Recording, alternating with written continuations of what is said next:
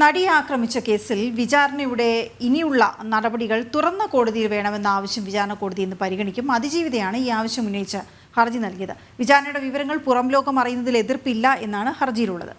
രേഷ്മ ബാബുജു ചേരുന്നു വിവരങ്ങളുമായി. രേഷ്മ, ഈ വിചാരണ ഇനി അങ്ങോട്ട് ഓപ്പൺ കോർട്ടിലാകാം എന്ന് എന്തുകൊണ്ടാണ് അതിജീവിത ആവശ്യപ്പെട്ടത്? ആ ഹർജിയിൽ എന്താണ് പറയുന്നത്?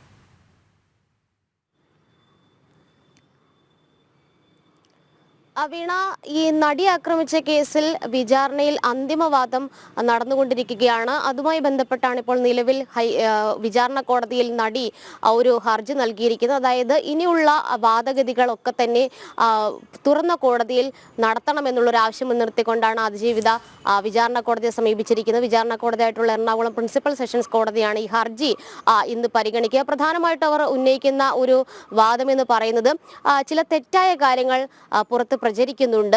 വിചാരണ നടപടികൾക്കിടയിൽ സംഭവിക്കാത്ത പല കാര്യങ്ങളുമാണ് ഇത്തരത്തിൽ തെറ്റായ രീതിയിൽ പ്രചരിപ്പിക്കുന്നത്. അതുകൊണ്ട് തന്നെ തുറന്ന കോടതിയിൽ അന്തിമവാദം നടത്തുകയാണെങ്കിൽ അത് കൂടുതൽ സുതാര്യമാകും എന്നുള്ള ഒരു വിലയിരുത്തൽ തനിക്കുണ്ടെന്നാണ് ഈ ഹർജിയിൽ ഇവർ ചൂണ്ടിക്കാട്ടിയിട്ടുള്ളത്.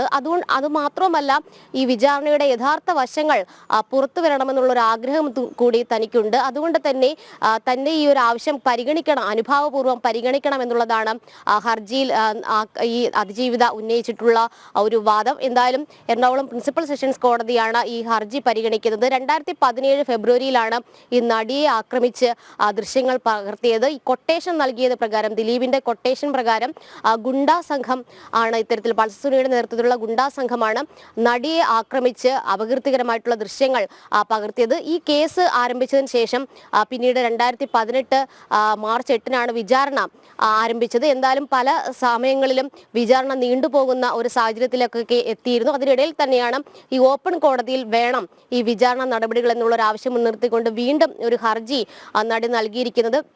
നമുക്കറിയാം, ഈ സ്ത്രീകളുടെ ലൈംഗികാതിക്രമങ്ങളുമായി ബന്ധപ്പെട്ടുള്ള ഹർജികൾ അല്ലെങ്കിൽ അതുമായി ബന്ധപ്പെട്ടുള്ള കേസുകളൊക്കെ കോടതി വിചാരണ നടക്കുന്നത് ഇൻ ക്യാമറ പ്രൊസീഡിങ്ങിലൂടെയാണ്. അതായത് അടച്ചിട്ട കോടതി മുറിയിലായിരിക്കും അതിന്റെ വാദഗതികൾ നടക്കുക. പക്ഷേ ഈ തനിക്ക് എതിരായിട്ടുള്ള ഈ കേസിൽ അല്ലെങ്കിൽ ഈ പല വശങ്ങളും തനിക്കെതിരായിട്ടുള്ള രീതിയിൽ തെറ്റായ ഒരു പ്രചരണം ഇപ്പോൾ പുറത്ത് നടക്കുന്നുണ്ട്. അതിന്റെ ഒരു സാഹചര്യത്തിൽ ഈ ഓപ്പൺ കോടതിയിൽ ഈ ഒരു വിചാരണ നടപടികൾ മുന്നോട്ട് പോയി കഴിഞ്ഞാൽ അതിന്റെ എല്ലാ വശങ്ങളും സുതാര്യമായിട്ട് ജനങ്ങൾക്ക് അറിയാൻ സാധിക്കും. അതിൽ തനിക്ക് എതിർപ്പില്ല എന്നും ഈ നടി നിലവിൽ ഹർജിയിൽ അറിയിക്കുകയും ചെയ്തിട്ടുണ്ട്. എന്തായാലും അനുഭാവപൂർവ്വം പരിഗണിക്കണമെന്നുള്ളതാണ് അവരുടെ ആവശ്യം. പ്രിൻസിപ്പൽ സെഷൻസ് കോടതി ജഡ്ജിയായിട്ടുള്ള ഹണി എം വർഗീസാണ് ഈ ഹർജി പരിഗണിക്കുന്നത്. വീണ.